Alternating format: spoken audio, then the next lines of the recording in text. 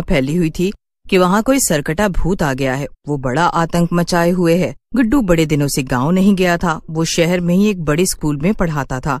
तब उसे अपनी बहन से ये खबर मिली तो उसे बड़ी हंसी आई। क्या काजल, तुम भी ऐसी फालतू की खबरों पे कौन भरोसा करता है? ये सब फिजूल की बातें हैं। तुम तो बस यहाँ आने की तैयारी करो। थोड़े दिनों में मैं तुम्हें उस गांव से और वहाँ की कहानियों से बहुत दूर यहाँ शहर में ले आऊंगा। कब से ये कह रहे हो भैया? अभी तक आए नहीं हो? अरे यहाँ शहर में सेट होने में वक्त लगता है ना। अब बस 1 महीने भर की और बात है। उसके बाद तुम भी अपनी आगे की पढ़ाई यहीं पर आकर करना। अरे मगर यहाँ तो सब बहुत डरे हुए हैं और मुझे भी डर लग रहा है। कहीं तब तक वो सरकटा भूत मुझे भी ना पकड़ कर ले जाए। तुम्हें तो हर चीज बस मजाक लगती है भैया। ठीक है, जल्दी आना। इसके बाद गुड्डू अपने काम पे लग जाता है। उसके माँ बाप के गुजर जाने के बाद उसकी बहन काजल के अलावा उसका और कोई नहीं था। अब बस वो अपनी बहन को शहर लाना चाहता था, लेकिन दोनों भाई बहन की किस्मत में तो कुछ और ही लिखा था। अचानक से देर रात को गुड्डू का फोन बजता है। अरे ये क्या, इतनी रात को किसका फोन है? ये तो अनजान नंबर है। गुड्डू फोन उठा लेता है। उधर से बहुत ही घबराई हुई आवाज में एक औरत बोलती है। गुड्डू, मैं शांता काकी हूँ, तुम्हारी पड़ोसन। काजल को सरकटा भूत उठाकर ले गया है बेटा, तुम जल्दी से आ जाओ। ये खबर सुनकर तो गुड्डू के पैरों तले जमीन ही खिसक जाती है। वो घबराया हुआ कहता है, क्या ये आप क्या कह रही हैं काकी? ऐसा कैसे हो सकता है? आज ही तो मेरी काजल से बात हुई थी। तुम जल्दी से आ जाओ बेटा, बाकी हम तुम्हें यहाँ पहुँचने के बाद बताते हैं। गुड्डू जल्दी से अपना सामान उठाता है और आधी रात को ही अपने गाँव के लिए निकल पड़ता है। वहाँ पहुँचते ही वो देखता है कि उसके घर के बहुत बुरे हालात हैं। तभी शांता काकी और कुछ गांव के लोग आते हैं। काकी, ये सब क्या है? ऐसे कैसे अचानक से काजल को कोई उठा ले गया? आप सब कहाँ थे? कोई नहीं सरकटा, वो ले गया है काजल को, और सिर्फ काजल को ही नहीं, वो गांव की तमाम लड़कियों को भी ले जा चुका है और आज तक कोई भी लड़की वापस लौट कर नहीं आई है। क्या? और अभी तक आप लोगों ने कुछ भी नहीं किया? इतने लोगों के गायब होने के बाद भी? तो हम लोग क्या करते? अरे वो इतना खतरनाक है, उससे भला हम सब कैसे लड़ते? कोई कुछ करे या ना करे, मगर मैं तो अपनी बहन को बचाने के लिए कुछ ना कुछ जरूर करूंगा। बस मुझे इतना बता दो कि वो आखिर मिलेगा कहाँ? बेटा, वो तो किसी को भी नहीं पता। हमें तो बस इतना मालूम है कि वो अकेली लड़कियों पे हमला करता है, और वो भी अंधेरे में। उसके बाद वो उन्हें कहाँ ले जाता है किसी को कुछ भी नहीं मालूम। हमें तो ये तक भी नहीं पता कि हमारी बच्चियां जिंदा भी हैं या नहीं। सबसे पहले तो मुझे ये बताओ कि सारे गांव में कोई ऐसा तो होगा जो सरकटे भूत के बारे में कुछ जानता होगा। ऐसा कैसे हो सकता है कि वो अचानक से कहीं से आ गया और किसी को उसके बारे में कुछ नहीं मालूम है? अरे हाँ भूरा, उसे जरूर कुछ न कुछ मालूम होगा। वो इस गांव का सबसे बूढ़ा आदमी है। लोग मानते हैं कि उसकी उम्र 100 बरस से भी ज्यादा है। उसे कुछ न कुछ जरूर पता होगा, क्योंकि वो गांव में सबसे ज्यादा वक्त से रहा है। फिर क्या था, कुछ गांव वाले और गुड्डू मिलकर भूरा के घर पहुंच जाते हैं। भूरा एक शराबी बुढ़ा था और वो नशे में धुत लेटा हुआ था। मैं तो पहले ही कहता था ना कि वो आने वाला है, वो आने वाला है। तब तो किसी ने मेरी बात ही नहीं मानी। अब भुगतो। क्या इसका मतलब तुम्हें पहले से पता था उसके बारे में? तो बताओ हम सबको कि वो क्या चाहता है और हम उससे कैसे छुटकारा पा सकते हैं।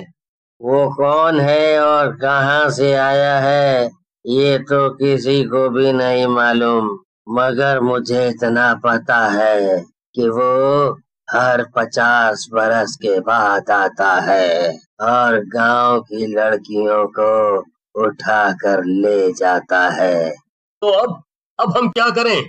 उन सब लड़कियों को कैसे बचाएं? वो जिंदा तो? हाँ, अभी तो वो सब जिंदा है, लेकिन कल सुबह तक नहीं रहेंगी। इसीलिए जो करना है जल्दी करो। अरे मगर करना क्या है भूरा भैया? उसका सर काटना होगा। अरे आज कितनी पीली है तुमने? सरकटे का सर कैसे काटेंगे भला? उसके पास तो सर है ही नहीं ना। है, उसकी गुफा में है। जहाँ वो अभी है वहाँ गुफा में अंधेरों में उसका सर कैद है। उसे आजाद कर दो और फिर काट दो, बस सब ठीक हो जाएगा।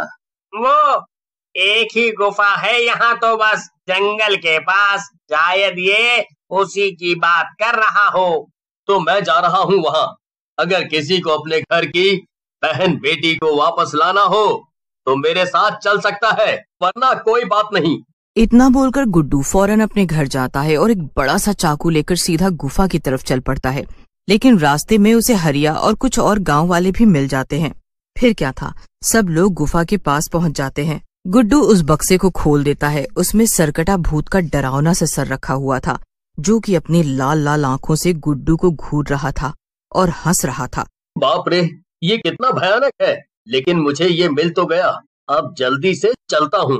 लेकिन गुड्डू जैसे ही अपने आसपास नजर घुमा के देखता है तो वो हैरान हो जाता है।